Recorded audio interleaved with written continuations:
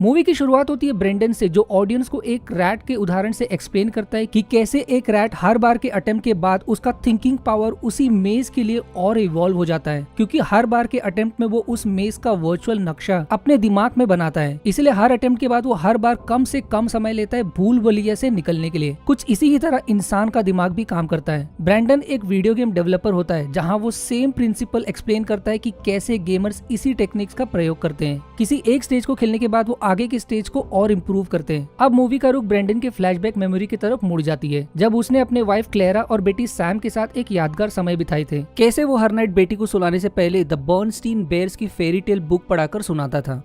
उसके साथ मोनोपोली खेलना और स्टार वॉर्स मूवी देखना उसके कुछ यादगार पल रहे। फिर एक दिन सैम बीच पर अपने most precious doll curious George को खोने से बचाते वक्त उसकी पानी में डूब जाने से मृत्यु हो गई, और अब दोनों की जिंदगी एक तरह से दुखित हो जाती है, खास करके ब्रेंडन की। इसलिए वो सैम की सारी बिलोंगिंग संभाल कर रखता है। पर एक दिन वो नोटिस करता है कि जो बुक वो अपनी बेटी को सुनाता था उसके नाम का एक लेटर अलग दिखाई दे रहा है। उसे क्लियरली याद रहता है कि वो द बेरेनस्टीन बेयर्स था, ना कि द बेरेनस्टेन बेयर्स, जिसे वो अपने ब्रदर इन लॉ मैट से भी कंफर्म करता है। और ये सिर्फ उसने ही नहीं बल्कि कई इंटरनेट यूजर्स ने ऑब्जर्व किया। इंटरनेट पर कुछ आर्टिकल्स के हिसाब से ये कोई मेमोरी मिस्टेक नहीं है, बल्कि हमारे यूनिवर्स के अलावा ठीक ऐसा ही एक और पैरेलल यूनिवर्स एग्जिस्ट करता है, जहाँ same book the Berenstain Bears spell करता है। और वहीं जिस यूनिवर्स में अभी ब्रेंडन है, वहाँ ब्रेनस्टाइन बेयर्स के नाम से बुक जाना जाता है, और इस इफेक्ट को द मंडेला इफेक्ट कहा जाता है। द मंडेला इफेक्ट नाम दरअसल south African leader Nelson Mandela के डेथ कंस्पिरेसी से बनी। इसकी शुरुआत 2010 में शुरू हुई थी, जब कई लोग ये क्लेम करने लगे कि मंडेला की मृत्यु जेल में सन 1980 के दौरान हुई। कई लोगों के अनुसार उन्होंने उनके फ्यूनरल को भी विटनेस किया। वहीं आज के इतिहास के अनुसार उन्हें 1990 में जेल से रिहा कर दिया गया और उनकी मृत्यु 2013 में हुई। इस रिसर्च को स्टडी करते दौरान पैरानॉर्मल कंसल्टेंट और बुक राइटर फियोना ब्रूम ने इस इफेक्ट को ये नाम दिया। जब ये इफेक्ट चर्चा के खबर बना, तब इसी की तरह और भी कई केसेस इंटरनेट पर ट्रेंड होने लगी। जैसे एक पीनट बटर और चॉकलेट किटकैट ब्रांड का नाम कई लोगों के लिए अलग है अब भी के तुलना में। स्टार वॉर्स मूवी का रोबोट पूरा गोल्ड था, वहीं अभी ये एक सिल्वर लेग में दिखाई देता है। डिज्नी की फेमस मूवी स्नो व्हाइट में dialogue mirror mirror on the wall था, ना कि magic mirror on the wall. वहीं न्यूजीलैंड ऑस्ट्रेलिया के ऊपर स्थित था, जो कि अब नीचे की तरफ मैप में दिखाई देता है। जॉन कैनेडी असैसिनेशन वीडियो में कुछ लोगों के हिसाब से कार में 6 लोग थे, वहीं कुछ के लिए आज वो 4 लोग हैं। फेमस कॉमेडियन सिंबैड की शैज़म जीनी मूवी, जो उसके खुद के हिसाब से ऐसी मूवी उसने कभी नहीं किया, वहीं कई लोगों के हिसाब से उन्होंने अपने बचपन में उनकी मूवी देखी थी। Warner Bros famous cartoon Looney Tunes अब लूनी टून स्पेल करता है, और ऐसे कई आर्टिकल्स चर्चा में आने लगी। कुछ साइकोलॉजिस्ट के अनुसार ये सिर्फ एक फॉल्स मेमोरी इफेक्ट है, जहाँ संयोग से कई लोग किसी कॉमन घटना को ऐसे याद करते जैसे वो कभी हुई ही नहीं थी, जिसे कॉन्फ्यूबुलेशन कहा जाता है, जहाँ एक इंसान का ब्रेन अनजाने में अपने ही मेमोरी को बदलता है या उससे अलग समझकर मेमोरी में स्टोर करता है, जो काफी कॉमन प्रॉब्लम है इंसानों में। जैसे ब्रेंडन के केस में वो बुक और उसके हिसाब से जब उसने स्टार वॉर्स सीरीज देखी थी, तब उसमें डार्थ वैदर का प्रसिद्ध dialogue Luke I am your father था, ना कि अब के वर्जन में no I am your father. Brendan को इस थ्योरी पर और कंफर्म हो जाता है जब अपने फैमिली की एक पिक्चर देखता है, जो उसके हिसाब से पैसिफिक साइंस सेंटर में लिया गया था, ना कि उसके वाइफ के हिसाब से ग्रिफिथ ऑब्जर्वेटरी में। उसे अब सच पता करने का जुनून सवार हो जाता है, और उसे कुछ जानकारी मिलती है कि ये इफेक्ट का पहला चर्चा 2010 से शुरू हुआ। वहीं सन का एटम कोलाइडर भी उसी समय टेस्ट किया गया था, जो कि कोई संयोग नहीं हो सकता। शायद से एटम कोलाइडर के वजह से एक पैरेलल यूनिवर्स के बीच अदला बदली हुई।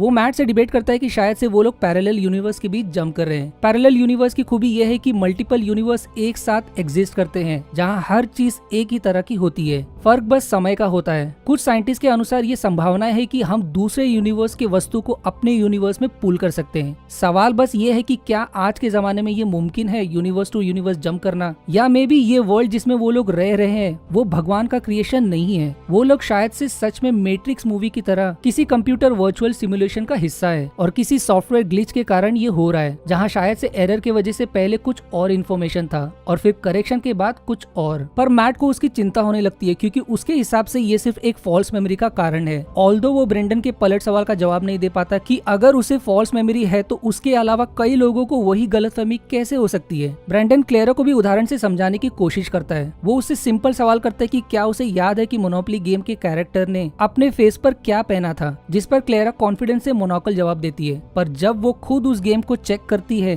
तो उसके कैरेक्टर के फेस पे मोनोकल मिसिंग होता है। एक और सबूत वो क्यूरियस जॉर्ज के बुक से दिखाता है, जहाँ उसका टेल मिसिंग होता है। वहीं उसके मर्चेंडाइज डॉल को टेल था जब सैम उसके साथ खेल रही थी। वो दरअसल ये समझाने की कोशिश करता है कि शायद से वो लोग किसी दूसरे यूनिवर्स में शिफ्ट हो गए हैं, जहाँ उनकी बेटी जिंदा नहीं है। पर क्लेरा को भी लगता है कि ब्रेंडन कुछ ज्यादा ही इस इंटरनेट थ्योरी के पीछे पागल हो रहा है, जिसकी वजह से अब उनके रिश्ते में कमजोरी पड़ने लगती है। पर ब्रेंडन अब भी हार नहीं मानता और उसे वर्चुअल सिमुलेशन थ्योरी पर सफलता मिलती है। उसे पता चलता है कि एक फिजिसिस्ट है जो इस पर बिलीव करता है और इसे प्रूव करने में लगा है कि हम एक्चुअली में एक software code zeros and one से बने सिमुलेशन में जी रहे हैं। ब्रेंडन उनकी और जानकारी या लेक्चर के वीडियो सर्च करने की कोशिश करता है, पर हैरान कारण से उनकी सभी जानकारी या लेक्चर के वीडियोस नेट से गायब हो चुके होते हैं। किसी तरह बहुत सर्च करने के बाद उसे उनकी एक करप्टेड लेक्चर वीडियो फाइल मिलती है, जिसे वो किसी तरह फिक्स करके देखने लगता है। पर यहाँ भी एक और मिस्टीरियस घटना घटती है, क्योंकि जैसे ही वो उस वीडियो को प्ले करता है उसके कंप्यूटर का स्क्रीन फेल होने लगता है और वो फाइल बिना किसी वार्निंग के करप्ट हो जाती है। उसी रात फिर अचानक से उसे अपनी बेटी के पुकार की आवाज सुनाई देने लगती है और वो और भी कंफ्यूज होने लगता है। अब ब्रेंडन को सच में दाल में कुछ काला लगने लगता है, इसीलिए किसी तरह डॉक्टर रॉलैंड से उनके घर मिलता है और अपनी सिचुएशन एक्सप्लेन करता है, जहाँ वो उसकी थ्योरी को कंफर्म करते हैं। डॉक्टर रॉलैंड उसे एक्सप्लेन करते हैं कि इस वर्चुअल सिमुलेशन का कंप्यूटर दरअसल प्रोसीजरल जनरेशन मेथड पर काम करता है। प्रोसीजरल जनरेशन दरअसल वो टेक्निक है जहाँ कंप्यूटर एक गेम या सॉफ्टवेयर के हर कोड को हर टाइम प्रोसेस नहीं करता। इसका एक्सप्लेनेशन मैं पबजी के गेम से समझाता हूँ। मानिए आप एरेंगल के जॉर्ज पुल के लोकेशन पर हो, तो कंप्यूटर आपके इर्द गिर्द के ऑब्जेक्ट्स का डेटा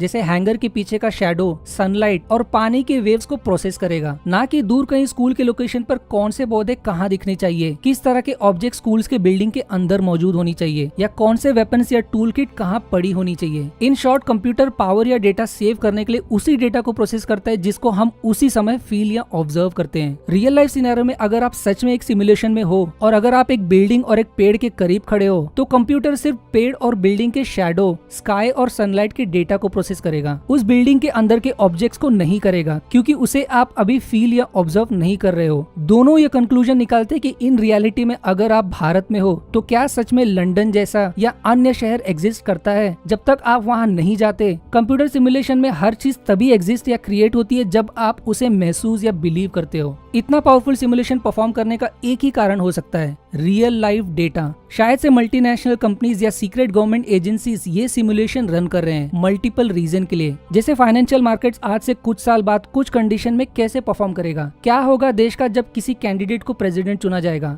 आज के जमाने में दुनिया के मल्टीनेशनल कंपनीज डेटा पर खेलते हैं। जिसके पास डेटा का कंट्रोल होता है वो सबसे पावरफुल लोगों में से होता है। डॉक्टर रोनाल्ड के हिसाब से कंप्यूटर सिमुलेशन ने उसे रोकने की कोशिश की, क्योंकि एक तरह से वो इस सिमुलेशन का एरर है जिसका एम सिमुलेशन का पर्दाफाश करना है। अगर अपने थ्योरी को प्रूव करना है तो उन्हें इस सिमुलेशन कंप्यूटर को किसी तरह ओवरलोड करके क्रैश करना होगा। अगर ब्रेंडन अपने प्रोग्राम से कंप्यूटर को ये कमांड दे सके कि वो हर एक चीज को हर समय प्रोसेस करे, इवन दो एक इंसान उसके इर्द गिर्द मौजूद नहीं है, तो इसके कारण कंप्यूटर सिमुलेशन ओवरलोड के कारण बंद हो सकता है। पर इसके लिए ब्रेंडन को एक सुपर कंप्यूटर की जरूरत होती है, जो डॉक्टर रेनॉल्ड उसे अपने रिसर्च लैब से प्रोवाइड करता है। Since Brendan procedural generation coding में माहिर होता है, वो पूरा प्रोग्राम अपने लोकल मशीन में तैयार करता है। जैसे जैसे दिन नजदीक आता है जहाँ वो अपना कोड सुपर कंप्यूटर में इंजेक्ट करने वाला होता है, उसे हेलुसिनेशन होने लगता है जहाँ उसे सैम दिखाई देने लगती है। कभी कभी उसे ड्रीम आने लगते हैं जहाँ वो सच में किसी सिमुलेशन से गुजर रहा है, और एक बार तो उसे एक्सट्रीम पेन भी महसूस होता है। फिर वो डॉक्टर रोनाल्ड को कांटेक्ट करने की कोशिश करता है, पर उनका कहीं पता नहीं चलता। और फिर एक सुबह उसका रियलिटी एकदम बदल जाता है, जहाँ सैम कभी मरी ही नहीं थी। वहीं क्लेरा के मेमोरी के हिसाब से भी सैम कभी मरी नहीं थी। ये कंफर्म करने के लिए वो अपने दोस्तों को भी कॉल करता है, पर उनके हिसाब से भी सैम कभी नहीं मरी थी। अब ये देखकर वो एकदम हैरान हो जाता है, पर वहीं उसका एकमात्र जीने का रीजन आज उसके पास होता है। ऑल्दो उसे श्योर होता है कि ये रियलिटी नहीं है, पर उसके लिए वही काफी होता है और अपनी पूरी फैमिली के साथ खुशहाल जिंदगी बिताने लगता है। पर फिर कुछ दिन बाद से क्लेरा अजीब सा बर्ताव करने लगती है और एक समय होश खो बैठने पर यह कह जाती है कि सैम को यहाँ नहीं होना चाहिए। ब्रेंडन को भी अजीब फील होने लगता है, क्योंकि अपने हाथ में थामा बाउल अपने आप टूटने लगता है। वो तुरंत डॉक्टर रोलैंड के घर जाता है, पर सरप्राइजिंगली उसकी वाइफ बताती है कि उन्होंने 2 महीने पहले ही काम के डिप्रेशन में सुसाइड कर लिया। ब्रेंडन हैरान हो जाता है क्योंकि उसने कुछ ही दिन पहले उनसे बात की थी। उसे एक और झटका लगता है जब उसके हाथ का ग्लास फिर से पिछली बार की तरह टूटने लगता है। वो अब ठान लेता है कि वो और इस कंफ्यूज वर्ल्ड में नहीं रह सकता, इसीलिए तुरंत घर लौटकर अपना प्रोग्राम कोड पेन ड्राइव में कॉपी करके अपने प्रेशियस सैम को एक आखिरी गुड बाय कहकर उसी सुपर कंप्यूटर लैब के लिए कार से निकल पड़ता है। किसी तरह वो सबसे बचकर सक्सेसफुली कोड को उस सुपर कंप्यूटर में इंजेक्ट कर देता है, जिसके ठीक बाद वो कंप्यूटर क्रेजीली बिहेव करने लगता है और जैसे ही वो बचते बचाते पार्किंग लॉट तक पहुंचता है, सिमुलेशन सिस्टम की क्रैश का असर उसे दिखाई देने लगता है। पार्किंग लॉट में उसके अलावा सभी की कार गायब होती है। लोग धीरे धीरे वीडियो गेम स्क्रीन ग्लिच की तरह गायब होने लगते हैं। जब वो घर पहुंचता है उसे दिन में चांद दिखाई देने लगते हैं। उसके सामने के हर ऑब्जेक्ट्स और क्लेरा भी ग्लिच की तरह फेड होने लगती है और फिर अंत में पूरा ब्लैकआउट सा छा जाता है। फिर थोड़ी देर बाद हमें कुछ सीरीज ऑफ कोड रन होते हुए दिखाई देता है और फिर यूनिवर्स, अर्थ, नेचर और लिविंग बीइंग के पिक्चर स्पीड में चलने लगते हैं और अंत में मूवी का सीन ब्रेंडन के उसी समय मुड़ जाता है जब वो अपने फैमिली के साथ बीच पर छुट्टी मना रहा था और जिसके थोड़ी देर बाद सैम की पानी में डूबने से जान गई थी। इस बार भी ब्रेंडन सैम को पानी के करीब खेलने का परमिशन देता है, पर उसे उसका चहीता डॉल क्यूरियस जॉर्ज को उनके साथ छोड़ने को कहता है और फिर मूवी यहीं खत्म हो जाती है और हमें अब मूवी का एंडिंग क्लियर होता है। दरअसल कोड इंजेक्ट करने के बाद ब्रेंडन जिस सिमुलेशन में मौजूद है उसका कंप्यूटर हर प्रोसेसेस को रन करने लगता है जिसकी कोई जरूरत भी नहीं होती, जैसे जब ब्रेंडन को चांद दिखाई देने लगता है जबकि अब भी दिन होता है। ओवर प्रोसेस की वजह से मेमोरी लीक या ओवरफ्लो होने लगता है, इसीलिए कंप्यूटर हैवी ग्राफिक्स को लोड नहीं कर पाता और सॉफ्टवेयर कोड से बने लोग ग्लिच के वजह से फेड होने लगते हैं। मूवी के आखिरी सीन में ब्लैकआउट इसलिए दिखाया है क्योंकि सिस्टम अब पूरी तरह से क्रैश हो जाता है और उसके ठीक बाद ऑटोमेटिकली रिबूट होकर रिकवर करने लगता है जैसे अपने पर्सनल कंप्यूटर्स करते हैं। वो fast moving scenes of universe, nature और अर्थ दरअसल ये दर्शाया कि सिस्टम एक्चुअली में शुरुआत से रिबूट हो रहा था, यानी कि वो सिमुलेशन दरअसल यूनिवर्स और प्लैनेट्स के फॉर्मेशन के टाइम से चला आ रहा है। सिमुलेशन का सुपर कंप्यूटर ऑटोमेटिकली डिटेक्ट कर लेता है कि कब से और किस कारण से सिस्टम क्रैश हुआ। वो सही से पता कर लेता है कि समस्या तब से शुरू हुआ जब से ब्रेंडन ने अपनी बेटी को खोया। ना वो बेटी को खोता, ना वो वर्चुअल रियलिटी की खोज में निकल पड़ता और ना वो अपने प्रोग्राम से सिस्टम को क्रैश करता। इसलिए सिस्टम ठीक उसी समय से रिबूट होता है जब से ब्रेंडन की समस्या शुरू हुई। पिछले बार उसने सैम को अपने चहीते क्यूरियस जॉर्ज डॉल के साथ खेलने भेजा था जिसको खोने से बचाने के चक्कर में वो डूब गई, पर इस बार सिमुलेशन ने उस प्रॉब्लम को फिक्स कर दिया था जहां इस बार ब्रेंडन सैम को बिना उस डॉल के खेलने भेजता है ताकि वो सिचुएशन ही पैदा ना हो जहां सैम उस डॉल को बचाने के चक्कर में पानी के करीब जाए। ब्रेंडन बाद में इसलिए हेलुसिनेट करने लगता है क्योंकि कंप्यूटर सिमुलेशन उसके रियलिटी को धीरे धीरे अल्टर करने लगता है अंटिल उसकी बेटी सैम कभी मरी ही नहीं, ताकि वो अपना इन्वेस्टिगेशन वहीं रोक दे। वहीं ग्लास का टूटना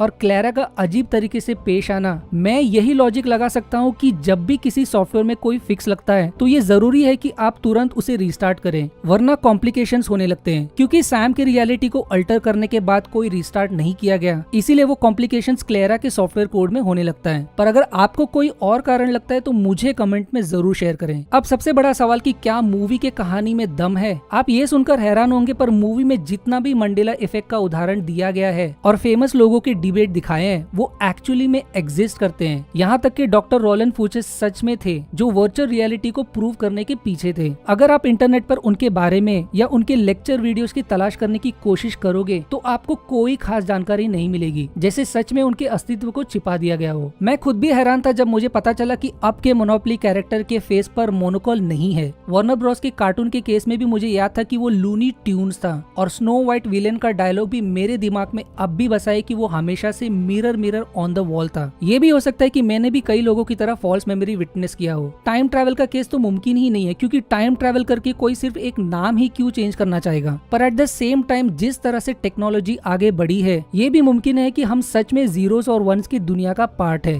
अपनी राय मेरे से जरूर कमेंट में शेयर करें कि क्या आप इसे बिलीव करते हो। आज के वीडियो में इतना ही। अगर आपको वीडियो पसंद आई है तो प्लीज इसे लाइक और अपने फीडबैक कमेंट करना ना भूलें, क्योंकि आपके लाइक और कमेंट से ही मेरी वीडियो चल पाएगी। और अगर आप मेरे चैनल पे नए हैं तो प्लीज इसे सब्सक्राइब जरूर करें। मैं मिलूंगा अगली बार एक और न्यू इंटरेस्टिंग वीडियो में। तब तक के लिए शुक्रिया दोस्तों।